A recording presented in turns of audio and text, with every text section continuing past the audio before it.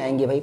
तो Hund's law of maximum multiplicity मैंने ये बता के रखा था कि इस नियम के अनुसार जब किसी भी सबसेल्स के ऑर्बिटल में इलेक्ट्रॉन्स फीलिंग किया जाता है, इलेक्ट्रॉन्स भरा जाता है, तो इलेक्ट्रॉन्स की पेयरिंग तब तक नहीं होती है जब तक कि उस सबसेल के सभी ऑर्बिटल्स में एक एक इलेक्ट्रॉन्स नहीं चला जाता है। जिसका मतलब मैं कल भी आपको समझा रहा था कि जैसे मैं क्या करता हूं, मेरे पास p ऑर्बिटल्स है और p ऑर्बिटल में मेरे पास एक इलेक्ट्रॉन है या p सबसेल में केवल एक इलेक्ट्रॉन है। इनको मुझे ऑर्बिटल के अंदर अगर फिल करना है तो आप क्या करोगे, एक इलेक्ट्रॉन को फिल कर देना। अगर 2 हो तो आप ऐसे फिल करोगे 1 और यहां पर 2। आप ऐसे भी फिल कर सकते हो, जो मैं कल बता रहा था कि आप ऐसे फिल कर लो, ऐसे फिल कर लो, या ऐसे भी पॉसिबिलिटी है कि आप इनको क्या कर दो, कुछ इस तरह से फिल कर दो, ये कर दो, दूसरे वाले को ऐसे कर दो।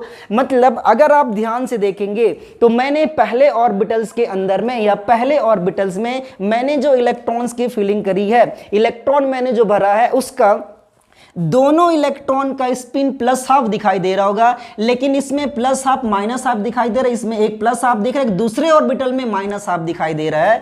अगर मैं इसको और करना चाहूं, जैसे मुझे p3 भरना है तो मैं कैसे करूंगा, मेरे पास 2 पॉसिबिलिटी है, 1 2 3 भर दूं, या इसकी तीसरी पॉसिबिलिटी या दूसरी पॉसिबिलिटी कुछ इस तरह से हो सकता है, या आप चाहो तो इसको ऐसे भर लो, कुछ इस तरह से भर सकते हो, आप किसी भी तरह से भर सकते हो। बट इसको एक्चुअल में भरने का जो मेथड था, जो मैं कल बता के रखा था कि जब हम इलेक्ट्रॉन्स को फिल करते हैं तो ये जो मेथड्स है, ये दोनों के दोनों मेथड सब के सब कैंसिल हो जाते हैं, क्योंकि इस रूल का कहना था कि इलेक्ट्रॉन्स की पेयरिंग हम लोग तब तक नहीं कराएंगे जब तक कि उस सबसेल के सभी ऑर्बिटल्स में एक एक इलेक्ट्रॉन्स ना चला जाए। मतलब अगर उसके पास 3 इलेक्ट्रॉन्स है तो तीनों इलेक्ट्रॉन्स को फिल करने के लिए मुझे क्या करना पड़ेगा, सबसे पहले सिंगल सारे ऑर्बिटल में सिंगल इलेक्ट्रॉन भरना है और उसके बाद मुझे डबल इलेक्ट्रॉन्स करना है या इलेक्ट्रॉन्स की पेयरिंग कराना है। जैसे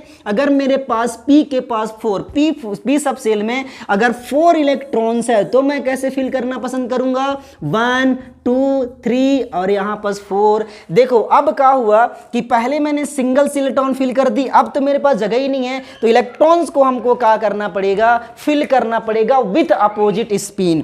आगे चलते हैं, अगर इसी तरह से मुझे p में 5 इलेक्ट्रॉन्स है तो अब इनके ऑर्बिटल्स को अगर मैं फिल करना चाहूं तो पहले 3 तो मैं सिंगल भरूंगा और उसके बाद मैं इसमें पेयरिंग करा दूंगा। अगर p में 6 इलेक्ट्रॉन्स हो तो कैसे करेंगे, 1 2 3 4 5 और ये 6। ठीक है, इस तरह से ये रूल्स कहता है कि अगर किसी भी सबसेल्स के ऑर्बिटल्स में अगर मैं फिलिंग कराना चाहूं तो इलेक्ट्रॉन्स की पेयरिंग तब तक नहीं होगा जब तक कि उस सबसेल के सभी ऑर्बिटल्स में एक एक इलेक्ट्रॉन्स नहीं चला जाता। इसको एक एग्जांपल के थ्रू समझाता हूं जो आपको याद रहेगा। कैसे भाई, मान लो एक घर में 3 भाई हैं भाई, और 3 भाई की शादी तब तक नहीं कराना है जब तक कि सभी भाई अलग अलग रूम में शिफ्ट ना हो जाए। मतलब कि क्या, देखो यहां पर मुझे 3 भाई थे, उसको मैं कैसे कराऊंगा, पहले तो अलग अलग रूम में शिफ्ट करा दिए, फिर मैं पहले भाई की शादी कराया, फिर दूसरे भाई की शादी कराया, फिर तीसरे भाई की शादी कराया। कुछ इस तरह से एग्जाम्पल के द्वारा आप समझ सकते हो। ये रूल कहलाता है हुन्स का अधिकतम बहुलता नियम, Hund's rule of maximum multiplicity. बता दो किसको किसको क्लियर नहीं हुआ।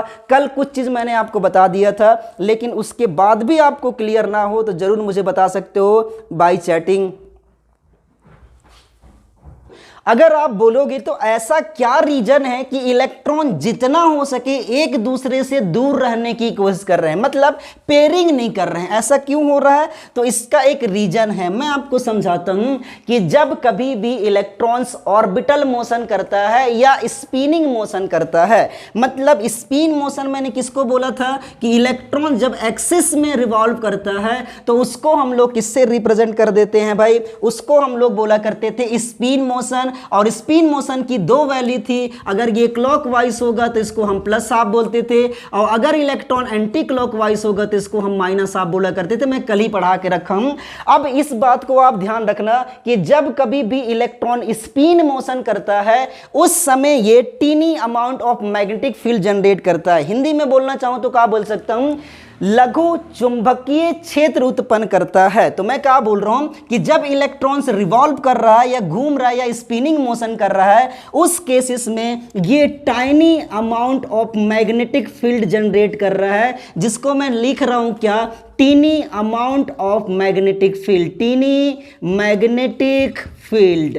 अब देखो आप ध्यान से समझना कैसे भाई, मान लो अगर ये इलेक्ट्रॉन क्लॉकवाइज घूम रहा है, तो अगर क्लॉकवाइज घूम रहा है तो इसका जो चुंबकीय क्षेत्र या मैग्नेटिक फील्ड जनरेट हुआ है वो भी कौन सा डायरेक्शंस वाला होगा, पॉजिटिव डायरेक्शन वाला होगा। लेकिन दूसरा इलेक्ट्रॉन्स देखो, दूसरा इलेक्ट्रॉन्स क्या है, दूसरा इलेक्ट्रॉन्स का रीजन क्या है कि अगर ये एंटी क्लॉकवाइज है। अच्छा एक काम कर लेते हैं, अभी हम समझते हैं क्यों एक दूसरे से दूर रहने की कोशिश करते हैं। बेटा ये बताओ, इसमें इलेक्ट्रॉन्स को देखते हैं या इसमें पहले देखता हूं। अगर आप ध्यान से देखेंगे तो इन इलेक्ट्रॉन का स्पिन कैसे दिख रहा है, प्लस हाफ, इसका इलेक्ट्रॉन का स्पिन भी कैसे दिख रहा है, प्लस हाफ, इसका भी देखो ये भी प्लस हाफ है, ये भी प्लस हाफ है और ये भी प्लस है। ये सारे के सारे इलेक्ट्रॉन का स्पिन फिलहाल में क्लॉकवाइज दिखाई दे रहा होगा, और अगर इनकी क्लॉकवाइज स्पिन है तो इनका जो मैग्नेटिक फील्ड जनरेट हुआ होगा वो 100% पॉजिटिव होगा, पॉजिटिव डायरेक्शंस की ओर होगा। अब बताओ अगर ये पॉजिटिव डायरेक्शंस होंगे तो हमको पता है कि अगर सेम पोल एक साथ आ जाते हैं तो उनके बीच में रिपल्सन होता है, और रिपल्सन होगा, इसी वजह से इलेक्ट्रॉन एक दूसरे से दूर रहना पसंद करते हैं जब तक पॉसिबल हो सके। और जब हम इसको पास लाते हैं, देखो मैंने क्या करा दिया है, दोनों इलेक्ट्रॉन का स्पिन को मैंने अपोजिट करा दिया है। तो यही बात समझ में आ गया कि जब इलेक्ट्रॉन्स मोशन करते हैं या स्पिन करते हैं, उस केस में ये tiny amount of magnetic field generate करते हैं। ये मैग्नेटिक फील्ड की डायरेक्शन सेम होने की वजह से ये एक दूसरे से जितना पॉसिबल हो सके उतना दूर रहना पसंद करते हैं, और यही कारण है कि इलेक्ट्रॉन्स को सबसे पहले हम लोग सिंगल भरते हैं और उसके बाद हम लोग उसको अपोजिट स्पिन के साथ भरा जाता है। मेरे ख्याल से ये बातें आपको 100% क्लियर हो गया होगा। बता दो जरा, आगे चलते हैं एक नेक्स्ट टॉपिक की ओर, और उसका नाम है पाउली एक्सक्लूजन प्रिंसिपल। डाल के रखो पाउली एक्सक्लूजन प्रिंसिपल। तो मैं लिख दे रहा हूं पाउली एक्सक्लूजन प्रिंसिपल। इसको हम लोग क्या बोल देते हैं भाई, पाउली का अपवर्जन सिद्धांत बोलते हैं। मैं हिंदी में लिख दे रहा हूं, अगर आपको लग रहा होगा कि डाउट है तो लिख लो इसे, पाउली का अपवर्जन सिद्धांत, हिंदी मीडियम वालों के लिए भाई अपवर्जन सिद्धांत। देखो यहाँ जैसे हिंदी लिखता हूँ ना तो फिर इंग्लिश मीडियम वालों को दिक्कत होना शुरू हो जाता है, क्योंकि उनको न्यू नाम अटपटा सा नाम लगना शुरू हो जाता है, पर कोई बात नहीं। चलो देखो पाउली एक्सक्लूजन प्रिंसिपल का कहना क्या था, इसने ये बोल के रखा था कि किसी भी एटम के दो इलेक्ट्रॉन्स की चारों क्वांटम संख्याएं कभी भी सेम नहीं हो सकती। इंग्लिश मीडियम वालों को थोड़ा दिक्कत हो गया होगा। मैंने ये बोला कि किसी भी एटम के दो इलेक्ट्रॉन्स की ऑल क्वांटम नंबर कभी भी सेम नहीं हो सकते। निकाल के देखते हैं क्या इसका मतलब है। तो देखो मैं क्या कर रहा हूं, कोई भी ले लेते हैं। मान लो मेरे पास ऐसा कोई भी ऑर्बिटल्स है, s ऑर्बिटल, जिसमें दो इलेक्ट्रॉन्स रखे हुए हैं। इन दोनों इलेक्ट्रॉन्स का सबसे पहले मैं क्या निकालने वाला हूंगा, क्वांटम नंबर फाइंड आउट करने वाला हूंगा। कैसे, मान लो ये किस में रखा हुआ है, 1s2 है। 1s2 मैं क्या बोल रहा हूं, मैं पहले इलेक्ट्रॉन्स का निकालूंगा फिर बाद वाले इलेक्ट्रॉन्स का निकालूंगा। तो मैं यहां पर निकाल रहा हूं क्वांटम नंबर फॉर फर्स्ट निकाल। तो यहां पर लिखते हैं ऑल क्वांटम नंबर फॉर, यहां पर निकालते हैं फर्स्ट इलेक्ट्रॉन। बताओ भाई पहले इलेक्ट्रॉन्स के लिए निकालना है, तो बताओ ये तो n की वैल्यू होती है, तो n की वैल्यू कितना हो जाएगा 1, और हमको पता है कि s के लिए l की वैल्यू कितना होता है, 0 होता है। पहले पढ़ा के रखा हूं भाई एजिमुथल क्वांटम नंबर के अंदर में, नहीं तो जाके देखना वहां पर l इक्वल टू कितना हो जाएगा s के लिए 0, और m की वैल्यू हमने क्या बोल के रखा था कि -l से लेके कितने तक होता है, -L2 + प्लस एल तक होता है। एल की वैल्यू 0 दिख रहा है तो इसका मतलब m की वैल्यू कितना हो जाएगा 0।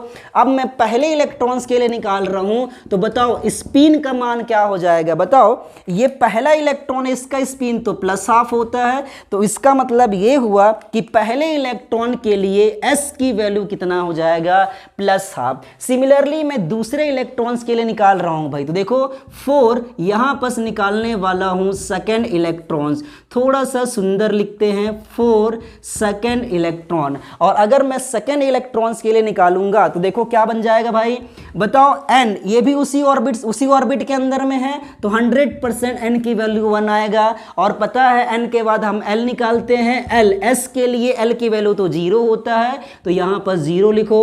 m की वैल्यू कितना हो जाएगा भाई, सेम आने वाला होगा, कैलकुलेट कर लो। फॉर्मूला क्या था, -l से लेकर था ये +l तक, तो फॉर्मूला रख दो, क्या हो जाएगा -0 2, ये हो जाएगा +0, मतलब कि इसका आंसर आ जाएगा 0। तो ये तो बात आपको समझ में आ गया होगा, यहां पर तो कोई प्रॉब्लम्स नहीं होगा।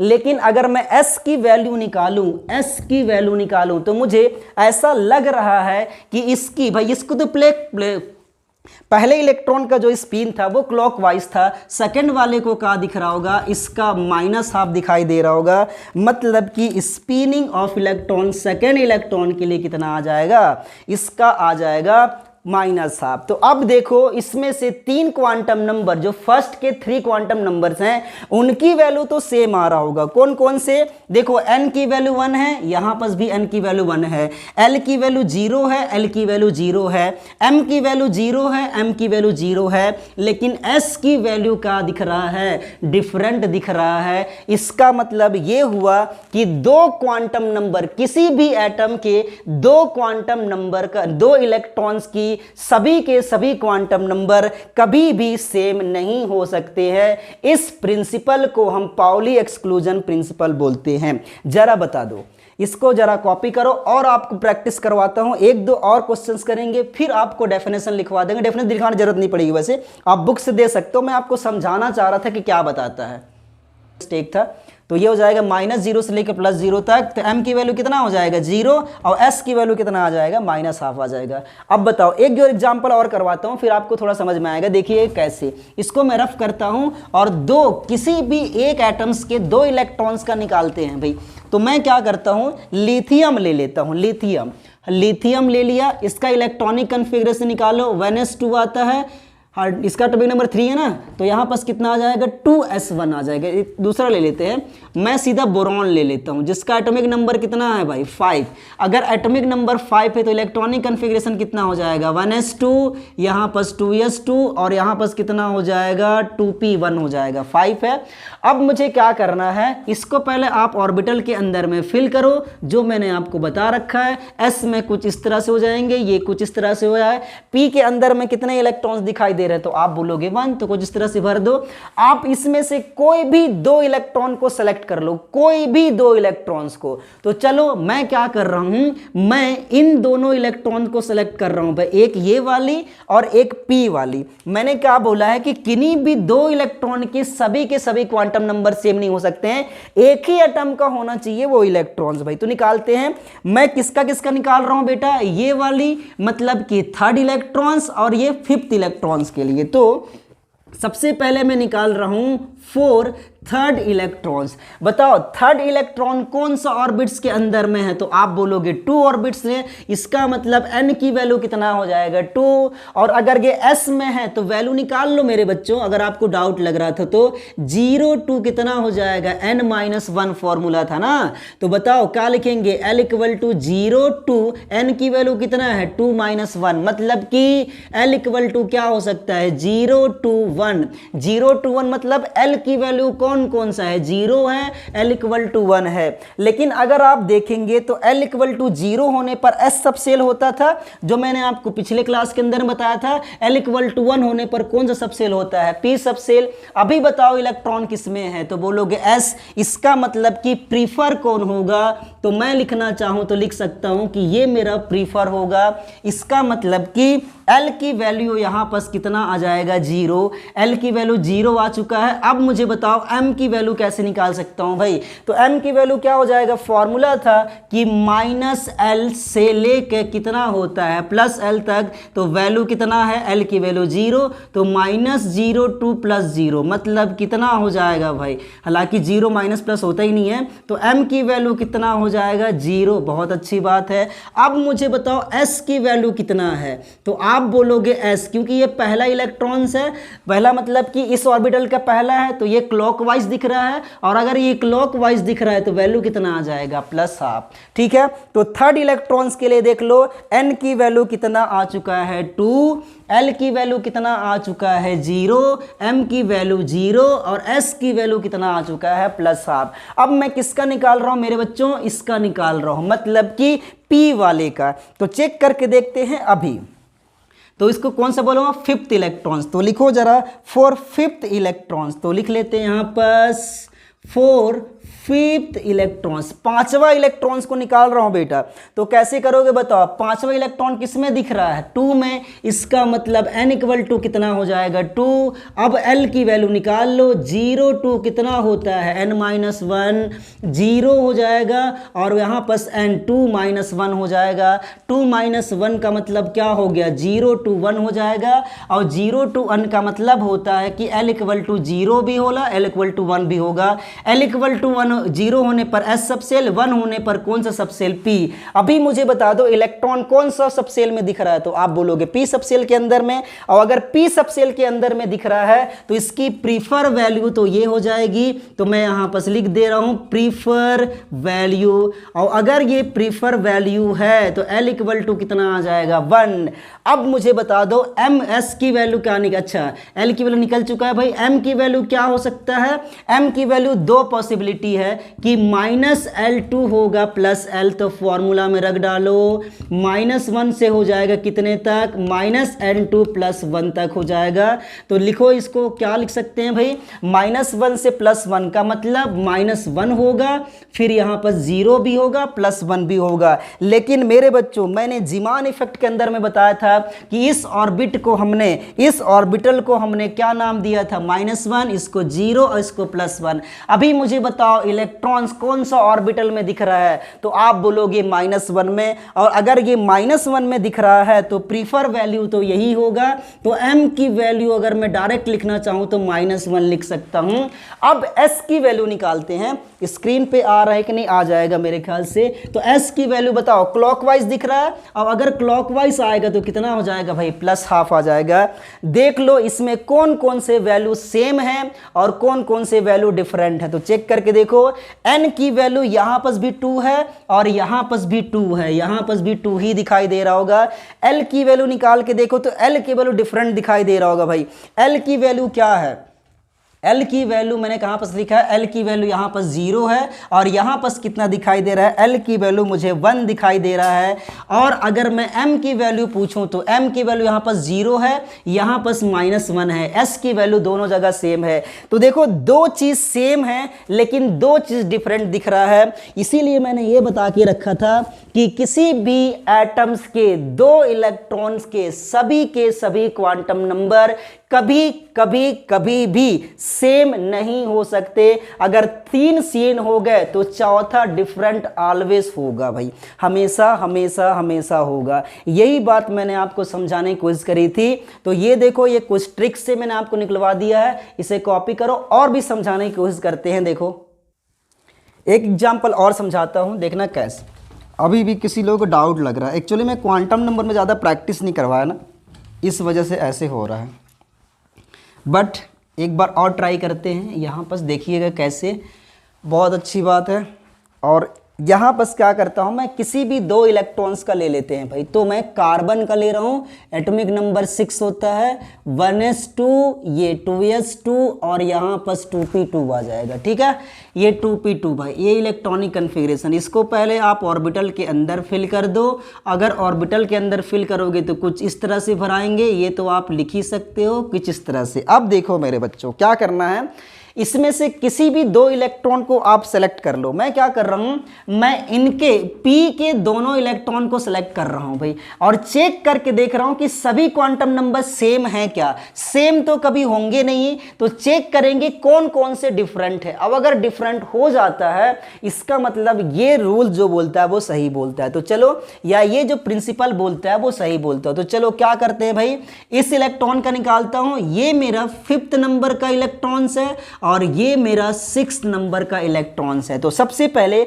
मैं 5th नंबर इलेक्ट्रॉन्स का सभी के सभी क्वांटम नंबर निकाल रहा हूं। तो देखो यहां पर लिखते हैं 4 5th इलेक्ट्रॉन्स, ठीक है।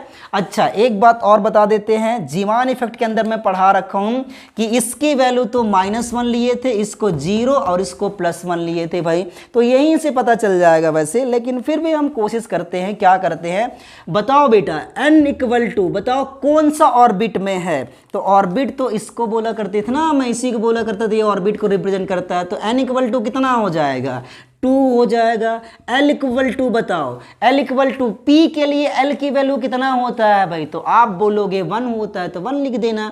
M की वैल्यू यहीं से निकाल लो, डायरेक्ट टिक्स निकालते हैं भाई।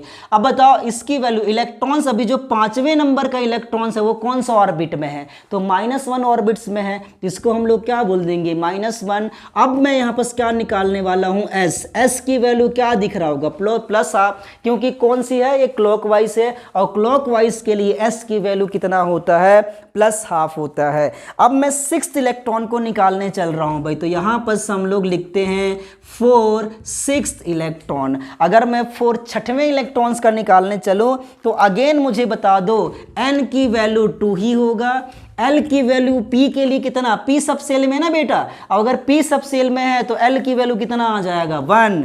अब मुझे बता दो यहाँ पर M की वैल्यू कितना आ जाएगा, तो M की वैल्यू अब मुझे बताओ, इसकी -1। अभी कौन सा इलेक्ट्रॉन से कैलकुलेट कर रहे हैं, ये वाली, वो किस में दिखाई दे रहा है, तो आप बोलोगे 0 में, और अगर 0 दिख रहा है तो M = क्या हो जाएगा, 0। लेकिन S की वैल्यू निकालो तो S की वैल्यू कितना आ जाएगा, +½ आ जाएगा। अब देखो क्या सभी के सभी सेम है, तो बोलोगे नहीं है, क्यों, तो यही तो रूल कहता है ना कि चारों के चारों क्वांटम नंबर कभी भी सेम नहीं हो सकते हैं। 3 अगर सेम हो भी जाए, कभी कभी तो ऐसा हो कि सबके सब डिफरेंट होंगे, दिक्कत ही नहीं है, लेकिन अगर सेम होना चाहें तो मैक्सिमम 3 ही सेम हो सकते हैं, उससे ज्यादा पॉसिबल है ही नहीं है। तो क्या करने वाले हैं, देखो कौन कौन से सेम है, n = 2 यहां पर भी, n = 2 यहां पर भी, L = 1 यहां पर भी, L = 1 यहां पर भी, S = +½ S = +½ सबके सब सेम दिखाई दे रहे हैं, तीनों की तीनों। लेकिन अगर मैं 4th बोलूं, जो M की वैल्यू यहां पर -1 दिख रहा है और इसके लिए कितना दिख रहा है, 0 दिख रहा है, यही दोनों वैल्यू एक दूसरे से डिफरेंट है। यही रूल कहना भी था, इस प्रिंसिपल का यही कहना भी है कि किसी भी एटम के 2 इलेक्ट्रॉन के सभी क्वांटम नंबर कभी भी सेम नहीं हो सकते हैं। अब बता दो कुछ थोड़ा पल्ले पड़ा क्या बात है, इतना अपने को समझ में आ गया है, यहां तक प्रॉब्लम्स नहीं था, एकदम क्लियर है, उसको भी हो गया होगा हाँ, कभी कभी होता है ना कि जो स्कूल के अंदर पढ़ रहे थे तो वो कॉन्सेप्ट थोड़ा अलग रहता है, मतलब एक तो लैंग्वेज अलग रहता है, क्योंकि आप लोग थोड़ा सा हिंदी मीडियम से बिलोंग करते हो, तो इसमें रीजन ये होगा कि मेरी लैंग्वेज उनको समझ में नहीं आता होगा, तो ये थोड़ा सा डिफरेंट आता है, बाकी कोई दिक्कत नहीं है। तनु ही बोली थी मेरे ख्याल से, तो शायद उसको भी समझ में आ गया है। चलो बेटा, तो ये क्लियर हो गया। अब हमारे पास न्यू टॉपिक्स आता है और उसको हम लोग बोलते हैं शेप ऑफ ऑर्बिटल्स, ठीक है। तो चलो शेप ऑफ ऑर्बिटल हम लोग यहाँ पर डिस्कस करने वाले होंगे। शेप ऑफ ऑर्बिटल की वीडियोस कल मिलेगा भाई, इसकी आज मिलेगा कल, ठीक है, कल मिल जाएगा, दिक्कत नहीं है।